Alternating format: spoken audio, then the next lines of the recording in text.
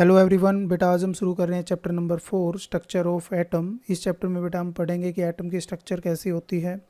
तो सबसे पहले यदि हम बात करें बेटा डाल्टन एटॉमिक थ्योरी की, तो उन्होंने कहा था बेटा जो एटम है वो कैसा पार्टिकल है बेटा, इनडिविजिबल पार्टिकल है।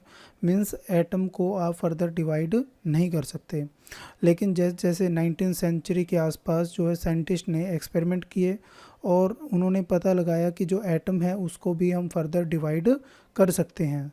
मींस एटम के अंदर भी क्या होते हैं बेटा, फर्दर सब पार्टिकल होते हैं। तो एटम में हम पढ़ेंगे बेटा सब एटॉमिक पार्टिकल, जिसमें आपके जो है इलेक्ट्रॉन, प्रोटॉन एंड न्यूट्रॉन होते हैं।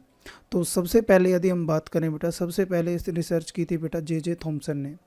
तो जे थॉमसन ने बेटा एक एक्सपेरिमेंट किया था जिसका नाम था कैथोड रे एक्सपेरिमेंट। तो इस एक्सपेरिमेंट के थ्रू उन्होंने जो है डिस्कवर किया था इलेक्ट्रॉन को।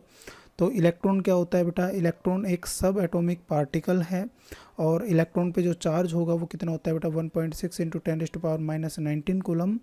और ये जो चार्ज है ये कैलकुलेट किया गया था किसके द्वारा, रॉबर्ट ई मिल्कन के द्वारा इसको कैलकुलेट किया गया था।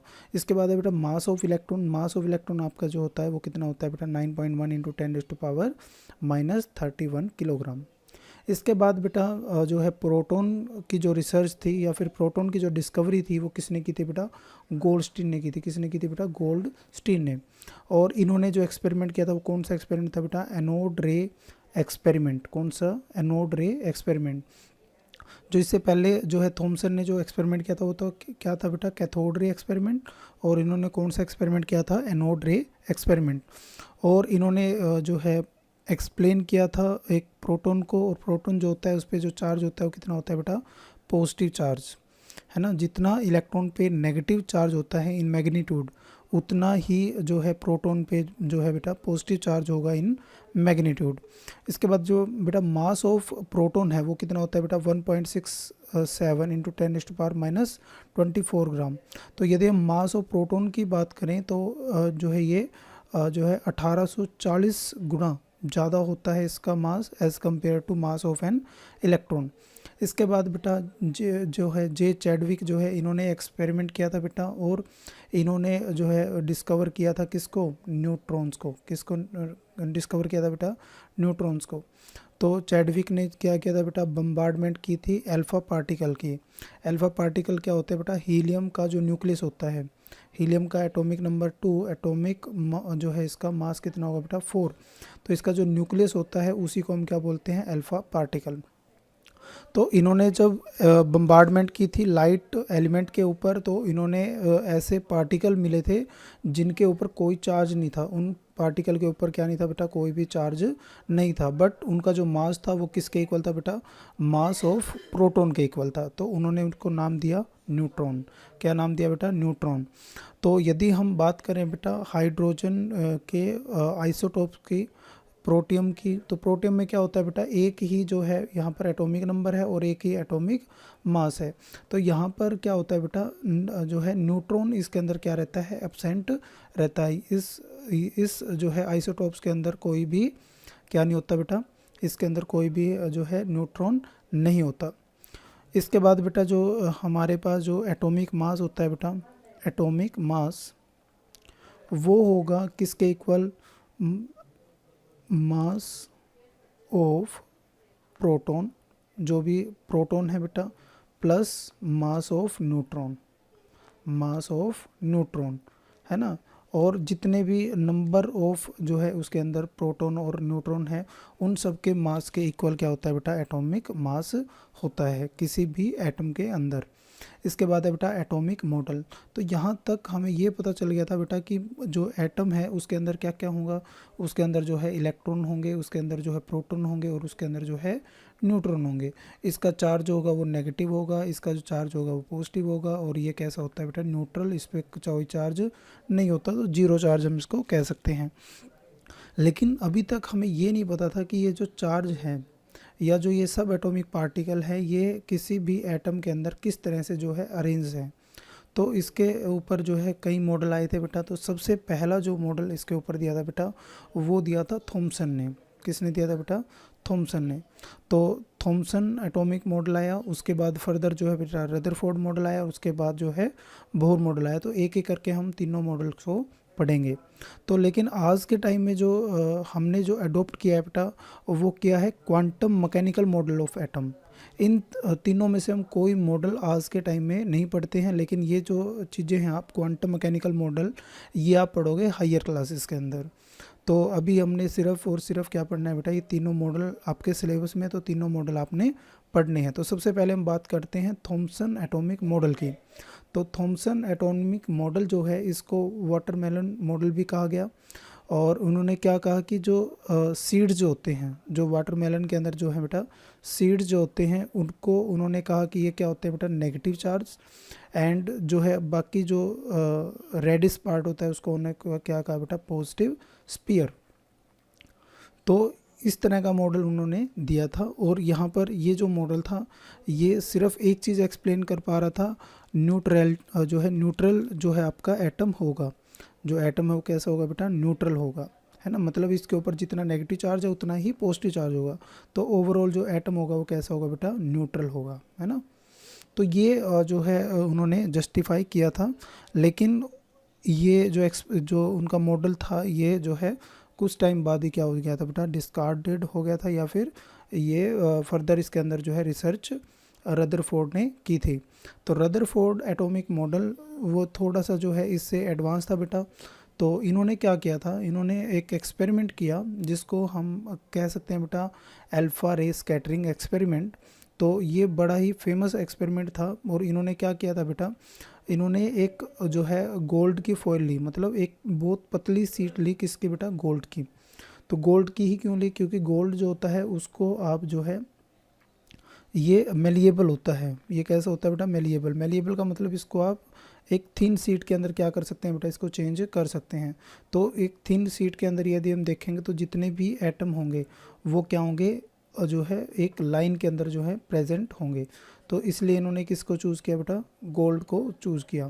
तो एक गोल्ड की फॉइल के ऊपर इन्होंने क्या की बेटा, बम्बार्डमेंट की, किसकी, अल्फ़ा पार्टिकल की।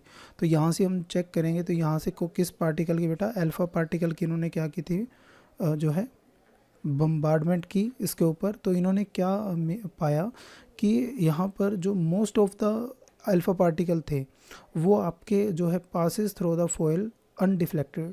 तो most of the alpha particle जो है वहाँ पर नो डिफ्लेक्टेड जो है इसके थ्रू क्या हो जा रहे थे बेटा, पास आउट हो जा रहे थे। मतलब यहाँ से कोई डिफ्लेक्शन नहीं थी। यदि अल्फ़ा पार्टिकल आ रहा था तो वो स्ट्रेट जो है चला जा रहा था। तो यहाँ पर कोई भी डिफ्लेक्शन इनको देखने को नहीं मिली। तो मोस्ट ऑफ द पार्टिकल जो हैं वो कैसे थे बेटा, जो बिना डिफ्लेक्टेड स्ट्रेट चले गए थे।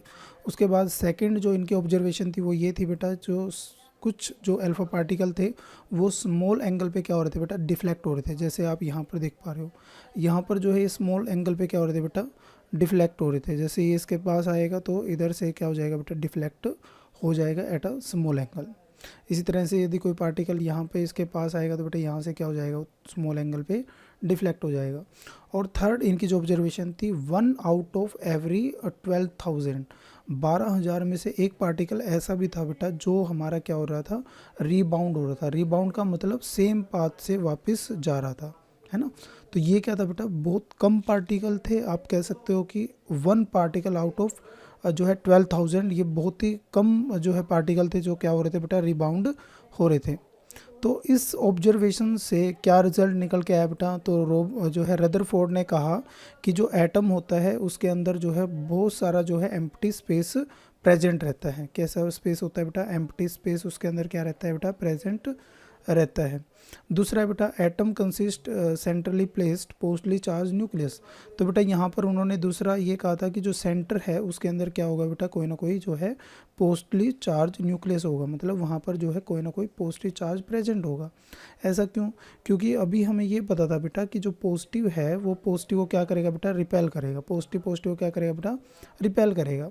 यदि ये अल्फा पार्टिकल जो कि आपके पोस्टली चार्ज पार्टिकल थे, यदि ये जो है रिफ्लेक्ट हो रहे थे, मीन्स यहाँ पर कुछ ना कुछ जो है पॉजिटिव आइडेंटिटी थी जो इनको या तो क्या कर रही थी, रिबाउंड कर रही थी, या किसी एंगल पे इनको रिफ्लेक्ट कर रही थी। नेक्स्ट है बेटा यहाँ पर सिंस से माइन्यूट फ्रैक्शन जो है आपका वो क्या हो रहा था, डिफ्लेक्ट बैक हो रहा था। तो इसका मतलब क्या था बेटा, यहाँ पर जो है बेटा जो है जो स्पेस ऑक्यूपाइड बाय न्यूक्लियस था वो क्या था बेटा, नेग्लिजिबल था। मतलब ये स्पेस था तो पोस्टली चार्ज, लेकिन ये क्या था बेटा, बिल्कुल स्मॉल या फिर कह सकते हो नेग्लिजिबल था, है ना। एज़ कम्पेयर टू एटम, इसका जो साइज़ था न्यूक्लियस का वो क्या था बेटा, नेग्लिजिबल था। तो इसके बाद उन्होंने बेटा ये भी डिक्लेयर किया था कि जो एटम के न्यूक्लियस का जो साइज़ है वो क्या होगा बेटा, 10⁻⁵ टाइम्स क्या होगा बेटा, ये जो है कम होगा किसके बेटा, साइज ऑफ एटम से। तो बेटा इसके बाद है वोल ऑफ द एटॉमिक मास जो होगा वो कैसा होगा बेटा, concentrated in the nucleus. Means जो कंप्लीट मास होगा किसी भी एटम का वो कहाँ पर कंसंट्रेटेड होगा बेटा, न्यूक्लियस के अंदर। इसके बाद जो बेटा ये सारी जो है उन्होंने क्या की थी बेटा, इन ऑब्जर्वेशन के ऊपर उन्होंने जो है कंक्लूड किया था या कंक्लूजन दिए थे। उसके बाद उन्होंने अपना मॉडल दिया और उस मॉडल में उन्होंने क्या कहा कि यहाँ पर क्या होता है बेटा कि किसी भी एटम के अंदर, तो मैं यहाँ पर एक स्पेस ड्रॉ कर देते हैं बेटा, ये हमारा सपोज एटम है, तो ये क्या होगा बेटा, न्यूक्लियस। तो न्यूक्लियस होता है और न्यूक्लियस के अंदर क्या क्या प्रेजेंट रहते हैं बेटा, प्रोटॉन एंड न्यूट्रॉन, ये कहाँ पर प्रेजेंट रहते हैं, न्यूक्लियस के अंदर। और दूसरा उन्होंने क्या कहा था बेटा, जो इलेक्ट्रॉन है वो रिवॉल्व करेंगे, इलेक्ट्रॉन जो है कहाँ पर रिवॉल्व करेंगे, अराउंड द न्यूक्लियस, न्यूक्लियस के चारों तरफ क्या करते हैं बेटा, इलेक्ट्रॉन जो है वो रिवॉल्व करते हैं, ये उन्होंने कहा था। तीसरा क्या था बेटा, size of nucleus is very small. तो साइज है वो कितना है बेटा, वेरी स्मॉल है। हमने अभी पढ़ा है कि 10⁻⁵ टाइम क्या होगा बेटा, वो कम होगा as compare to size of जो है एटम। तो इसके बाद जो है उनका सिर्फ एक ही ड्रॉबैक थी बेटा, उन्होंने जो है स्टेबिलिटी के बारे में कुछ नहीं कहा था एटम की। मीन्स उन्होंने क्या कहा कि जो इलेक्ट्रॉन है वो चारों तरफ क्या करेगा बेटा, वो एक जो है सर्कुलर पाथ में क्या करेगा बेटा, मूव करेगा। तो यदि कोई इलेक्ट्रॉन इस तरीके से जो है इसके चारों तरफ रोटेट कर रहा है तो वहाँ पर क्या होगी बेटा, वेलोसिटी जो है उसकी चेंज होगी। वेलोसिटी क्या होगी बेटा, चेंज होगी। वेलोसिटी चेंज होगी, क्यों होगी, क्योंकि वहाँ पर क्या हो रही है बेटा, डायरेक्शन जो है वो चेंज हो रही है, डायरेक्शन क्या हो रही है, चेंज हो रही है। तो यदि कोई चार्ज पार्टिकल यदि वो एक्सलरेट कर रहा है, यदि वेलोसिटी चेंज हो रही है, दैट मीन्स वहाँ पर क्या हो रहा होगा बेटा, एक्सलरेशन हो रहा होगा। और यहाँ पर क्या है बेटा, यदि कोई भी चार्ज पार्टिकल एक्सलरेट होता है तो वो क्या करता है बेटा, वो एनर्जी को रेडिएट करता है। वो क्या करता है बेटा, एनर्जी को रेडिएट करता है। और यदि वो एनर्जी को रेडिएट करेगा तो क्या होगा, वो एनर्जी लूज़ करता जाएगा और वो मूव करते करते करते करते जो है वो न्यूक्लियस के अंदर क्या हो जाएगा बेटा, न्यूक्लियस के अंदर चला जाएगा। और न्यूक्लियस के अंदर जाके पॉजिटिव के साथ मिलकर जो हमारा एटम है वो क्या हो जाएगा बेटा, कोलैप्स हो जाएगा या फिर कह सकते हैं डिस्ट्रॉय हो जाएगा। तो इस तरह से जो है इन्होंने मॉडल तो दिया, लेकिन रदरफोर्ड ने इसकी स्टेबिलिटी के बारे में उन्होंने बहुत अच्छे से एक्सप्लेन नहीं किया। फिर इस स्टेबिलिटी वाले कॉन्सेप्ट को बाद में जो है बोर एटॉमिक मॉडल द्वारा इसको रिजोल्व किया गया। तो बोर ने जो है नेक्स्ट मॉडल दिया था बेटा, उन्होंने क्या कहा, उन्होंने कहा कि there is a certain specific जो है discrete orbit of electron are allowed inside the atom. Means कि जो आपका मॉडल है, मीन्स मॉडल के अंदर जो ये पॉजिटिव चार्ज है न्यूक्लियस, इसके चारों तरफ डिस्क्रीट जो है सेल हैं या फिर कह सकते हैं ऑर्बिट है, जिसको हमने नाम दिया था के, एल, एम और नेक्स्ट एन। तो इन की जो एनर्जी है वो भी क्या है बेटा, फिक्स है। तो इनकी जो एनर्जी है वो भी क्या है, फिक्स है। तो उन्होंने कहा था कि जो इलेक्ट्रॉन है वो इन्हीं ऑर्बिट्स के अंदर क्या करेंगे बेटा, वो जो है मूव करेंगे। और जिस ऑर्बिट के अंदर इलेक्ट्रॉन मूव करेगा उसकी जो एनर्जी है वो भी क्या रहेगी, फिक्स रहेगी। मीन्स यहाँ पर क्या है, यदि कोई इलेक्ट्रॉन सपोज के ऑर्बिट के अंदर है और इस ऑर्बिट से वो यदि एल ऑर्बिट में जाता है तो वो क्या करेगा बेटा, एनर्जी को गेन करेगा। क्या करेगा, एनर्जी को गेन करेगा। और यदि कोई इलेक्ट्रॉन आउटर जो है ऑर्बिट से लोअर ऑर्बिट में जाएगा तो एनर्जी को क्या करेगा बेटा, एमिट करेगा। ये क्या करेगा, एनर्जी को एमिट करेगा या रेडिएट करेगा। तो ये कॉन्सेप्ट किसने दिया था बेटा, ये कॉन्सेप्ट दिया था बोर ने। और ये जो है इस तरीके से उन्होंने जो है इसकी स्टेबिलिटी को क्या किया था बेटा, एक्सप्लेन किया था। इसके बाद बात आती है बेटा एटॉमिक नंबर और एटॉमिक मास। तो बेटा अभी हमें पता है कि जो एटम होगा उसके अंदर क्या होते हैं बेटा, इलेक्ट्रॉन होते हैं, प्रोटॉन होते हैं एंड न्यूट्रॉन होते हैं। तो एटॉमिक नंबर जो होता है बेटा, एटॉमिक नंबर क्या होता है, नंबर ऑफ जो है प्रोटॉन्स प्रेजेंट जो होते हैं किसी भी एटम के अंदर, उसे हम क्या बोलते हैं, एटॉमिक नंबर।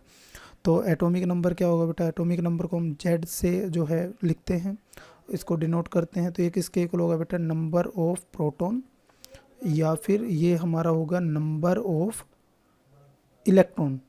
ये क्या रहते हैं बेटा, सेम रहते हैं। नंबर ऑफ प्रोटॉन और नंबर ऑफ इलेक्ट्रॉन जो हैं किसी भी स्टेबल या फिर न्यूट्रल एटम के अंदर क्या रहेंगे बेटा, ये सेम रहते हैं। तो हम कह सकते हैं जेड जो होगा वो किसके इक्वल होगा बेटा, नंबर ऑफ प्रोटॉन या फिर नंबर ऑफ जो है इलेक्ट्रॉन। इसके बाद है बेटा मास नंबर। मास नंबर क्या होता है बेटा, मास नंबर जो है ये होगा, क्योंकि हमें ये पता है बेटा, इसको हम लिखते हैं बेटा ए से, कि जो इलेक्ट्रॉन का जो मास होता है वो क्या होता है, नेग्लिजिबल होता है। तो उसको हम नेगलेक्ट कर सकते हैं। इलेक्ट्रॉन का मास जो होता है वो कैसा होता है बेटा, नेग्लिजिबल, उसको हम नेगलेक्ट कर सकते हैं। तो जो टोटल मास होगा बेटा वो किसके इक्वल होगा, ये होगा बेटा mass of number of proton जो कि and plus number of neutron, इन दोनों के मास के इक्वल क्या होगा बेटा, हमारा किसी भी एटम का जो है मास नंबर होगा। क्लियर है बेटा। इसके बाद इसको हम रिप्रेजेंट किस तरीके से करते हैं बेटा, सपोज यहाँ पर z जो है कोई भी एलिमेंट है, एलिमेंट को हम लिख लेते हैं, सपोज x जो है एलिमेंट है, तो इधर लिखते हैं बेटा हम एटॉमिक नंबर, और ऊपर जो है हम लिखते हैं बेटा एटॉमिक मास। ये क्या है बेटा, मास नंबर, और ये क्या है बेटा, एटॉमिक नंबर। ये क्या है, एटॉमिक नंबर। तो जैसे एल्युमिनियम की बात हम कर रहे हैं तो 13 यहाँ पर क्या है बेटा, यदि हमने कहा है 13 तो यहाँ पर 13 क्या है बेटा, नंबर ऑफ इलेक्ट्रॉन या फिर नंबर ऑफ प्रोटॉन, है ना। और यहाँ पर ये यदि हम कह रहे हैं बेटा 27, तो 27 क्या होगा बेटा, ये हो गया आपके यहाँ पर number of proton plus number of neutrons. Clear है बेटा।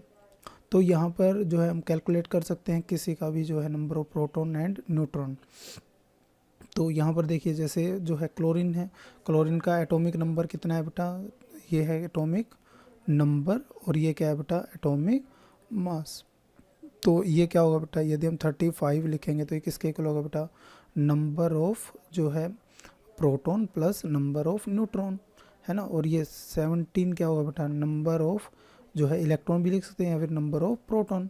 तो यहाँ से हम माइनस करके क्या बता सकते हैं बेटा, नंबर ऑफ न्यूट्रॉन, जो कि यहाँ पर क्या होंगे, 18 होंगे।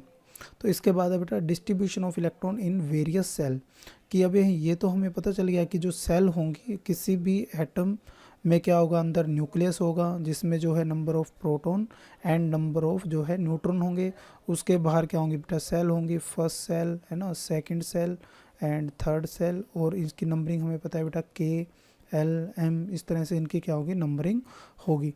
लेकिन अब हम यहाँ पे समझेंगे कि इन सेल के अंदर जो है इलेक्ट्रॉन किस तरीके से जो है प्रेजेंट रहेंगे।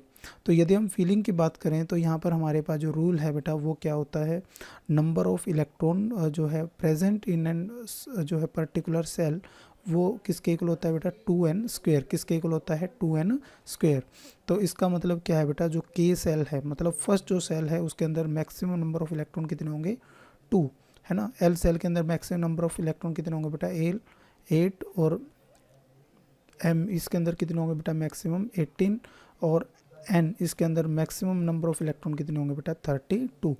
लेकिन एक कॉन्सेप्ट आपने यहाँ पर याद रखना है कि जो आउटर मोस्ट सेल होती है उसमें वो जो है आपके मैक्सिमम या नंबर ऑफ जो इलेक्ट्रॉन होंगे उसमें कितने होंगे बेटा, 8 इलेक्ट्रॉन होंगे। कितने होंगे, 8 इलेक्ट्रॉन। यदि हम कैल्शियम की बात करें तो कैल्शियम में यदि हम बात करें तो फर्स्ट K सेल है बेटा, K सेल में कितने इलेक्ट्रॉन आएंगे, 2, है ना। इसमें कितने आ जाएंगे बेटा, 8, इसमें भी कितने आ जाएंगे बेटा, 8, और इसमें कितने आएंगे बेटा, 8, 2 10 और 8 18, तो इसमें कितने आएंगे बेटा, 2। तो यहाँ पर मैंने क्यों, यहाँ पर एक्चुअल में यहाँ पर 10 भी आ सकते थे, लेकिन क्योंकि हमारा यहाँ पे जो रूल है वो क्या है बेटा, the outermost shell can not hold more than 8 electron. तो आउटर मोस्ट सेल जो है वो मोर देन 8 इलेक्ट्रॉन होल्ड नहीं करेगा, तो यहाँ पर 10 नहीं आ सकते, इसलिए यहाँ पर क्या होंगे बेटा 8 होंगे और नेक्स्ट में कितने हो जाएंगे 2। तो आउटर मोस्ट सेल में अब कितने इलेक्ट्रॉन होंगे बेटा 2 इलेक्ट्रॉन होंगे। इस तरह से ये सारे आपके पास जो है कॉन्फ़िगरेशंस हैं इनकी। तो जैसे जो है पोटाशियम की है ना, तो इसमें क्या होंगे बेटा 2 8 8 1, इसी तरह से एल्युमिनियम 2 8 3, और इस तरह से आप जो है किसी भी एलिमेंट के लिए क्या लिख सकते हो बेटा इलेक्ट्रॉनिक कॉन्फ़िगरेशन लिख सकते हैं। तो नेक्स्ट है बेटा यहाँ पर कुछ एग्जांपल्स यहाँ पर दिए हुए हैं, जैसे जो है कार्बन 2 4 है ना।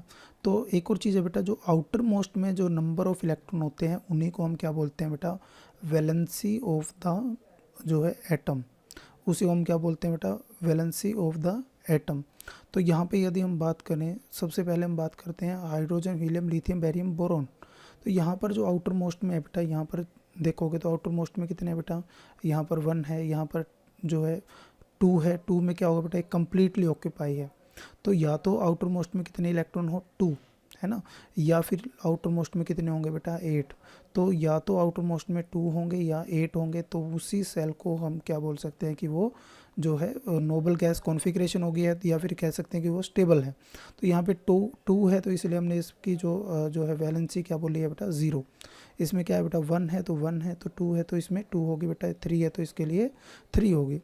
तो इसके बाद यदि हम बात करेंगे तो कार्बन से यदि हम स्टार्ट करें तो कार्बन की वैलेंसी क्या होगी बेटा, यहाँ पर कितने हैं 4 है, तो इसलिए क्या होंगे बेटा यहाँ पर 4 है। लेकिन 5 जो है वो एक्चुअल में होने कितने चाहिए बेटा लास्ट में 8, लेकिन है कितने 5, तो कितनी कमी है बेटा 3 की, तो इसलिए इसकी वैलेंसी क्या है 3। इसमें क्या है बेटा 6 होने कितने चाहिए बेटा 8, तो इसलिए इसकी वैलेंसी कितनी है 2। इसके बेटा 7 है तो इसलिए 1। अब इसमें देखो नियोन में कितने हैं आउटर मोस्ट में बेटा 8 है, तो मैंने कहा था या तो लास्ट में आउटर मोस्ट में 2 हो या 8 हो, तो वहाँ पर वैलेंसी क्या होगी 0, तो इसलिए इसकी वैलेंसी क्या है बेटा 0। सोडियम की बात करेंगे तो यहाँ पर कितने है बेटा 1, तो इसलिए 1 है बेटा। इसके बाद मैग्नीशियम की 2 है ना, कैल्शियम की जो है वो 2 है।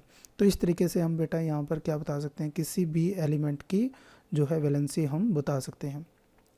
इसके बाद है बेटा आइसोटोप्स। जो है आइसोटोप्स क्या होता है बेटा, किसी भी एलिमेंट के जो आइसोटोप्स होते हैं बेटा वो डिक्लेयर किए जाते हैं कि उसके अंदर जो है नंबर ऑफ न्यूट्रॉन में कितना डिफरेंस है, या फिर हम ये कह सकते हैं ऐसे एलिमेंट जिनका सेम एटॉमिक नंबर हो, सेम क्या हो एटॉमिक नंबर हो, मीन्स नंबर ऑफ प्रोटॉन क्या हो सेम हो, and different mass number, mass number क्या हो बेटा डिफरेंट हो। तो मास नंबर किसके इक्वल होता है, number of proton plus number of neutron. तो मैंने कहा कि जिसमें नंबर ऑफ न्यूट्रॉन का डिफरेंस हो तो वही आपके क्या होते हैं आइसोटोप्स होते हैं। तो ऐसे एलिमेंट जिनका सेम एटॉमिक नंबर हो बट डिफरेंट एटॉमिक मास, तो उन्हें हम क्या बोलते हैं बेटा आइसोटोप्स बोलते हैं। जैसे क्लोरीन की बात करें, क्लोरीन 17 एटॉमिक नंबर क्या है बेटा इसमें 17, लेकिन एटॉमिक मास क्या है 37।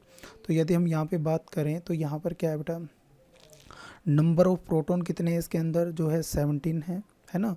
यहाँ पर यदि हम बात करें जो है नंबर ऑफ प्रो जो है न्यूट्रॉन वो भी कितने हैं बेटा 17, लेकिन नंबर ऑफ प्रोटॉन हमारे पास क्या है यहाँ पर 17, लेकिन नंबर ऑफ न्यूट्रॉन कितने होंगे बेटा 37 माइनस 17, तो ये कितने आ जाएंगे बेटा 0 2, यहाँ पर कितने हो जाएंगे 20। तो इस तरीके से हम इसमें कैलकुलेट कर सकते हैं। नेक्स्ट है बेटा इसके यूजेस। यदि हम यूरेनियम के आइसोटोप्स की बात करेंगे तो उनको हम न्यूक्लियर रिएक्टर की फॉर्म में यूज़ करते हैं। कोबाल्ट के जो आइसोटोप्स है बेटा इनको हम जो है कैंसर के ट्रीटमेंट में यूज़ करते हैं। और आयोडीन के जो आइसोटोप्स है बेटा उनको जो है एक बीमारी होती है गोइटर, उसके लिए हम उसमें क्या करते हैं बेटा इसका यूज़ करते हैं। इसके बाद है बेटा रिलेटिव एटॉमिक मास। तो यदि हम किसी भी आइसोटोप्स की बात करें तो हम एटॉमिक मास, कौन सा एटॉमिक मास कंसीडर करेंगे। यदि हमारे पास कोई आइसोटोप्स हैं 2 और उसमें से हम किसका मास जो है उसको हम जो है कंसीडर करेंगे कि वो एलिमेंट का क्या है एटॉमिक मास है, तो इसके लिए हम किसका यूज़ करते हैं बेटा रिलेटिव एटॉमिक मास। तो इसमें हम क्या करते हैं, सपोज हमारे पास एक प्योर क्लोरीन का जो मिक्सचर है उसके अंदर 70% जो है 75% जो है क्लोरीन 35 है जिसका एटॉमिक मास कितना हो 35, और 25% जो है क्लोरीन है जिसका एटॉमिक मास कितना है 37। तो यदि हम इसको कैलकुलेट करेंगे बेटा परसेंटेज इसका कैलकुलेट करेंगे तो हमारे पास कितना आएगा बेटा 35.5 यूनिट। क्या होगा, इसका एटॉमिक मास होगा। और ये भी कौन सा एटॉमिक मास है बेटा, रिलेटिव एटॉमिक मास। एक्चुअल में क्लोरीन का एटॉमिक मास कितना होता है बेटा, 35, लेकिन रिलेटिव एटॉमिक मास ये कितना होगा बेटा, 35.5। इसके बाद है बेटा आइसोबार। आइसोबार क्या होते हैं, isobar are the atom of those element. यहाँ पर दो डिफरेंट एलिमेंट होंगे बेटा, यहाँ पर क्या होंगे, दो डिफरेंट एलिमेंट होंगे। जब भी आइसोबार की बात करेंगे बेटा, वहाँ पर दो डिफरेंट एलिमेंट होंगे which have same atomic number, जिनका क्या होगा, सेम एटॉमिक नंबर होगा but different atomic mass number, जिनका एटॉमिक मास नंबर क्या होगा बेटा, जो है डिफरेंट होगा। यदि हम बात करें बेटा कैल्शियम एंड जो है आर्गन, तो यहाँ पर एटॉमिक मास इसका भी बेटा 40 है और इसका भी 40 है, लेकिन इसका जो एटॉमिक नंबर है वो कितना है बेटा 20, और इसका एटॉमिक नंबर कितना है बेटा 18। तो ये दो अलग अलग एलिमेंट होंगे। जब भी हम आइसोबार की बात करेंगे तो दो अलग अलग एलिमेंट की बात करेंगे, और जब हम आइसोटोप्स की बात करेंगे तो हम सेम एलिमेंट की बात करेंगे। तो आइसोटोप्स की बात करेंगे तो हम सेम एलिमेंट की बात करेंगे। जैसे हम हाइड्रोजन की बात कर सकते हैं, हाइड्रोजन 1 हाइड्रोजन 1 2, हाइड्रोजन 1 3, तो ये भी क्या है बेटा, आपस में आइसोटोप्स हैं। इसी तरह से यदि हम बात करें बेटा सोडियम एंड मैग्नीशियम, तो सोडियम और मैग्नीशियम ये भी दो क्या होंगे बेटा, आइसोबार्स होंगे। तो आई थिंक आपको ये लेक्चर क्लियर हो गया होगा बेटा। तो एक बार इसको हम ब्लूप्रिंट देख लेते हैं एक बार इसका। यस, तो बेटा सबसे पहले हमें किसके बारे में पता लगा, यहाँ पर एटम। एटम के अंदर क्या होते हैं बेटा, electron, electron, proton and neutron. Electron की खोज किसने की बेटा, जे थॉमसन ने, है ना। प्रोटॉन की खोज किसने की, जो है गोल्डस्टीन ने। और चैडविक ने किसकी खोज की बेटा, जो है न्यूट्रॉन। इसके लिए एक्सपेरिमेंट जो किया गया था कैथोड रे, इसके लिए जो एक्सपेरिमेंट किया गया था एनोड रे, और इसके लिए जो है अल्फा पार्टिकल को की बम्बार्डमेंट करवाई गई थी लाइटर एलिमेंट के ऊपर, जिसमें हम लिथियम कंसीडर कर सकते हैं। इसके बाद इसका जो चार्ज होता है वो कितना होता है बेटा, 1.6 इंटू 10⁻⁻19 कूलम। इस तरह से पॉजिटिव चार्ज रहेगा, इसके ऊपर कोई भी चार्ज नहीं होता। यदि इसका मास देखें बेटा, इसका मास जो है वो नेग्लिजिबल होता है। प्रोटॉन और न्यूट्रॉन का जो मास होता है वो कंपेरेबल होता है, सेम होता है। इसके बाद है बेटा एटॉमिक मॉडल। तो थॉमसन ने जो मॉडल दिया था वो कौन सा मॉडल था बेटा, वाटरमेलन मॉडल था। और उन्होंने क्या कहा था कि जो इलेक्ट्रॉन है वो पॉजिटिव स्फीयर के अंदर प्रेजेंट रहते हैं, मीन्स इलेक्ट्रॉन को उन्होंने सीड की फॉर्म में कंसिडर किया था। उसके बाद है रदरफोर्ड मॉडल। तो उन्होंने क्या कहा था कि एटम के अंदर मैक्सिमम जो स्पेस है वो एम्प्टी रहता है। पॉजिटिव चार्ज जो है वो सेंटर में या फिर न्यूक्लियस के अंदर प्रेजेंट रहते हैं, और जो न्यूक्लियस होगा वो क्या होता है, वेरी स्मॉल होता है। इसके बाद आया था बेटा बोर एटॉमिक मॉडल। उसने क्या कहा था बेटा, डिस्ट्रीब्यूशन ऑफ डिफरेंट सेल के बारे में उन्होंने कहा था। और उन्होंने रूल ऑफ 2n² का दिया था, जिसमें n जो है वो k के लिए n की वैल्यू जो है वो क्या होगी बेटा, k के लिए n की वैल्यू होगी 1, l के लिए होगी 2, m के लिए होगी 3, और n के लिए क्या होगी बेटा 4 होगी। तो वैलेंस सेल है, वैलेंस इलेक्ट्रॉन। वैलेंस सेल क्या होते हैं बेटा, जो आउटर मोस्ट में नंबर ऑफ इलेक्ट्रॉन जो होते हैं उसी को हम क्या बोलते हैं बेटा, वैलेंस सेल इलेक्ट्रॉन बोलते हैं। इसके बाद है बेटा एटॉमिक नंबर। एटॉमिक नंबर किसके इक्वल होगा, number of proton is equal to number of neutron. तो दोनों के जो नंबर होंगे उसी को हम क्या बोलते हैं, एटॉमिक नंबर। एटॉमिक मास क्या होता है बेटा, number of proton plus number of neutron. तो आइसोटोप जो होते हैं बेटा, same atomic number different atomic mass. और आइसोबार क्या होते हैं बेटा, same mass number but different atomic number. तो आई थिंक ये चैप्टर आपको क्लियर हुआ होगा। Thank you, have a nice day.